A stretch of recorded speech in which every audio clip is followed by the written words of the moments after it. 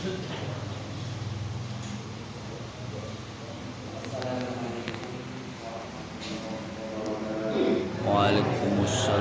warahmatullahi wabarakatuh. Alhamdulillah, wassalatu wassalamu ala rasulillah wa ala alihi wa sahbihi wa mawala. La hawla wa la quwwata illa billahi al-aliyyil azim. Qalu subhanaka la ilma lana illa ma 'allamtana innaka antal alimul hakim. Rabbi shrah li sadri wa yassir li amri wa hlul 'uqdatam min lisani yafqahu qawli. Allahumma 'allimna ma jahilna wa dzakkirna ma nasina wa fahhimna ma lam nafham. Qala an-nabiy sallallahu alaihi wasallam, Allahumma salli wa sallim alaihi. man la syaikha fa syaitanu syaikhun. Sadaqallahul azim, sadaqa Rasulullah sallallahu alaihi wasallam. Yang kami muliakan dan jamaah majelis taklim yang dimuliakan Allah Subhanahu wa taala.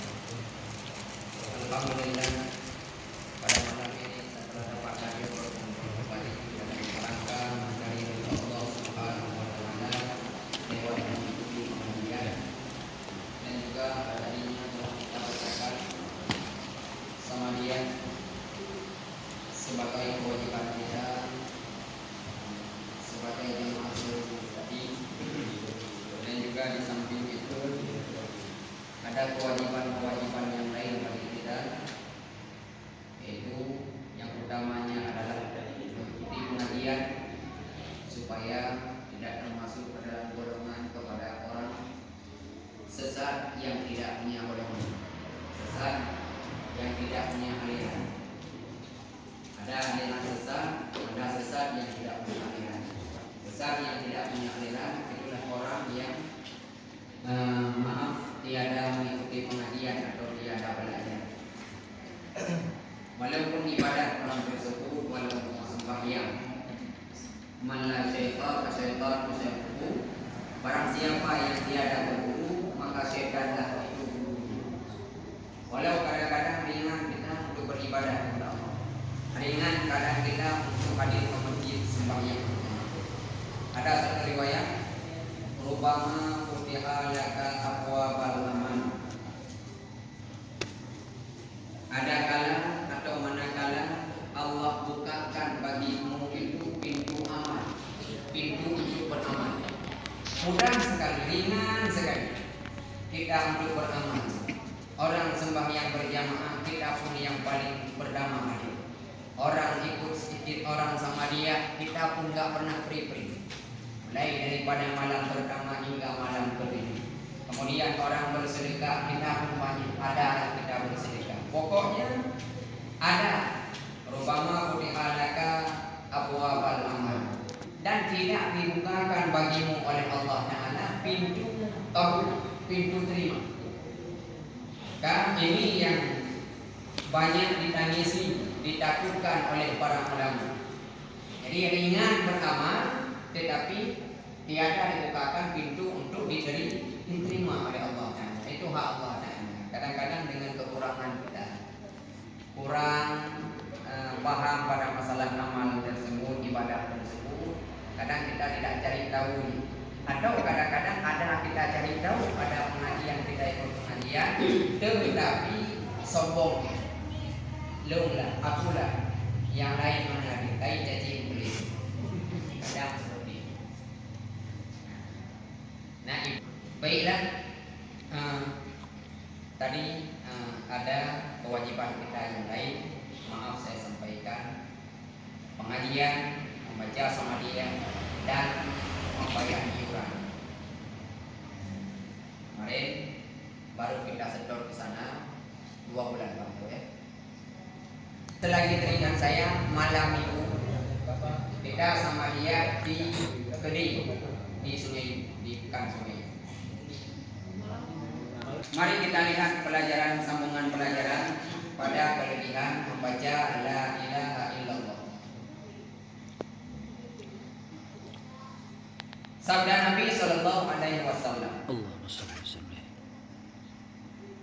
tiada daripada hamba yang membaca atau berkata la ilaha illallah Muhammadur Rasulullah, melainkan Allah berfirman atau Allah mengatakan, telah benar hambaku, aku Allah, aku mensaksikan akan kamu hai malaikat, sungguhnya telah aku ampunkan baginya barang yang telah terdahulu daripada dosanya dan barang yang terkemudian.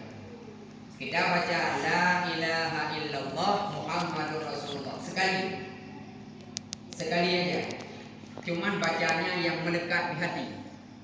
Nah, yang mewafaqkan antara lidah dengan hati. Pernah saya katakan dahulu, berzikir itu baca la ilaha illallah, ada kalanya kita pasang itu kita anggap sebagai zikir, ada kalanya kita anggap sebagai Al-Qur'an, baca Al-Quran. Kalau kita anggap sebagai Al-Quran, maka walaupun nggak hadir hati, walaupun lalai kita, seperti kadang-kadang kebanyakan kita baca di sama dia, kan banyak lalai orang. Beku, ya kita udah yang kami udah lewat ya. Udah. Udah ya. Udah ya. Udah berulang. Kita udah. Karena nggak ada tanda.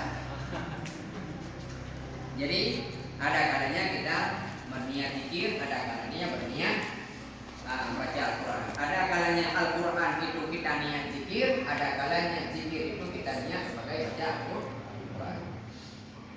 Allah ampunkan dosa yang telah lalu dan yang kemudian. Jadi payah. Tidak ada orang yang mengampunkan, yang memaafkan itu barang yang telah lalu, yang telah kemudian. Yang telah lalu kebanyakan. Untuk dosa kesalahan kau dah memaafkan. Tetapi Allah, kalau istilah bahasanya, esok kalau kau buat lagi udah maafkan kau. Esok lusa mengkali rupiah yang akan datang kau buat lagi udah maafkan. Kira-kira jadi begitu. Kemudian sabda Nabi Shallallahu Alaihi Wasallam, barang siapa membaca la ilaha illallah padahal sunyi ia daripada syirik dan nifak, lagi ikhlas bagi Allah Ta'ala, yakni suci daripada riya dan ujub, niscaya masuk surga ia, yakni serta orang-orang yang telah lalu, orang-orang para nabi, orang saleh, aulia-aulia Allah, apabila membaca la ilaha illallah dengan tiada ujub, dengan tiada sombong, tiada syirik, orang itu kelakuannya tiada syirik, bukan pada waktu baca itu, dalam kehidupannya enggak syirik. Apa syirik? Mendoakan Allah Ta'ala. Bagaimana cara mendoakan Allah Ta'ala? Salah satunya berharap pada manusia. Menilai diri kita itu tanpa perbandingan, kita bandingkan dengan orang lain, kita diri kita saja itu wujud. Adalah awal kalamnya la ilaha illallah dan akhir kalamnya la ilaha illallah, dan mengerjai ia 1000 kejahatan, yakni daripada dosa kecil jika hidup ia 1000 tahun sekalipun, tiada ditanya akan dia oleh Allah Ta'ala daripada satu dosa pun. Maka siogianya bahwa adalah awal perkataan yang diajarkan kanak-kanak apabila dapat berkata ia adalah la ilaha illallah. Dalam kitab Masail lalu tadi dikatakan awal din ma'rifat. Ajarkan kepada anak ketika paham dia yaitu la ilaha illallah, bukan yang lain.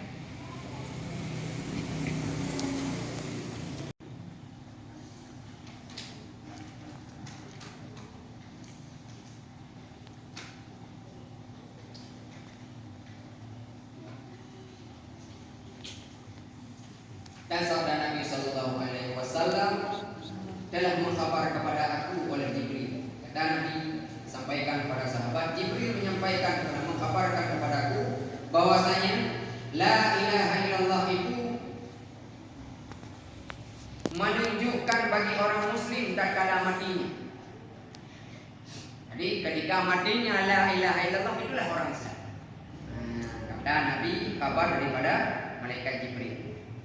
Muslim tatkala matinya dan di dalam kuburnya dan pada ketika keluar daripada kuburnya tatkala bangkit.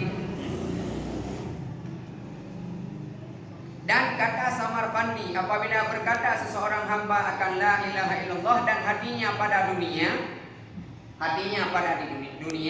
dituliskan baginya 10 kebaikan, dan jika ada hatinya pada akhirat maka baginya 700 kebaikan. Nah, menurut Samarkandi. La ilaha illallah, la ilaha illallah. Itu dah cari macam mana ya? Dalam hati.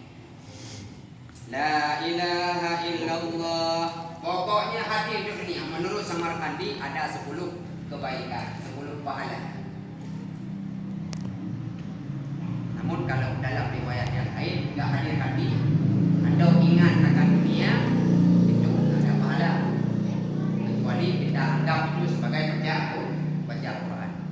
Nah, menurut Samarkandi, walaupun kita baca la ilaha illallah, itu pikiran kita atau hati kita untuk dunia, maka Allah berikan, Allah catat pahalanya 10 kebaikan. Dan jika hatinya pada akhirat, maka baginya 700 kebaikan. 700 pahala. Dan jika ada hatinya serta Allah Ta'ala, maka baginya penuh barang yang antara masyrik dan maghrib. Satu dunia ini pahala Allah berikan kepada orang yang. Dan daripada Nabi SAW, buka olehmu atas segala kanak-kanak kamu, yakni hendaklah ada awal kalam yang diajarkan akan mereka itu la ilaha illallah, dan akhir kalam mereka itu la ilaha illallah. Maka barang siapa adalah awal kalamnya la ilaha illallah dan akhir kalamnya la ilaha illallah, kemudian hidup ia 1000 tahun, tiada ditanyai akan dia daripada sesuatu dosa jua pun, yakni daripada dosa kecil. Dan pada setengah riwayat yang lain, barang siapa adalah akhir kalamnya la ilaha illallah, masuk surga ia, yakni serta orang yang dahulu masuknya. Walau kadang tak ibadah, tapi sempat ia akhir kalamnya la ilaha illallah. Tetapi jangan kita cari ambo usahakan biar sering-sering saya baca la ilaha illallah, tapi semayang cadel besar. Itu orang seperti itu kecil kemungkinan. Jadi seperti dikatakan tadi, walau tak beramal, tapi itu bandingannya seperti bulu di kerbau di lembu satu. Tapi Allah menampakkan tanda. Allah menampakkan tanda pada setiap sesuatu itu tanda. Tanda orang yang akan husnul khatimah beramal. Tanda orang akan kemungkinan besar orang itu selamat beramal.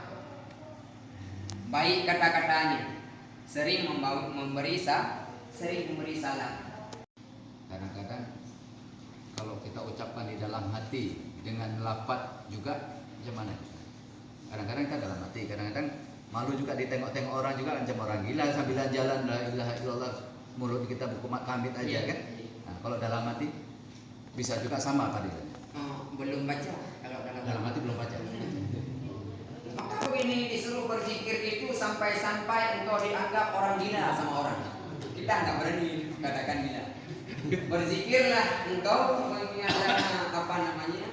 mengingat Allah lah engkau, walaupun dianggap oleh orang lain engkau itu gila.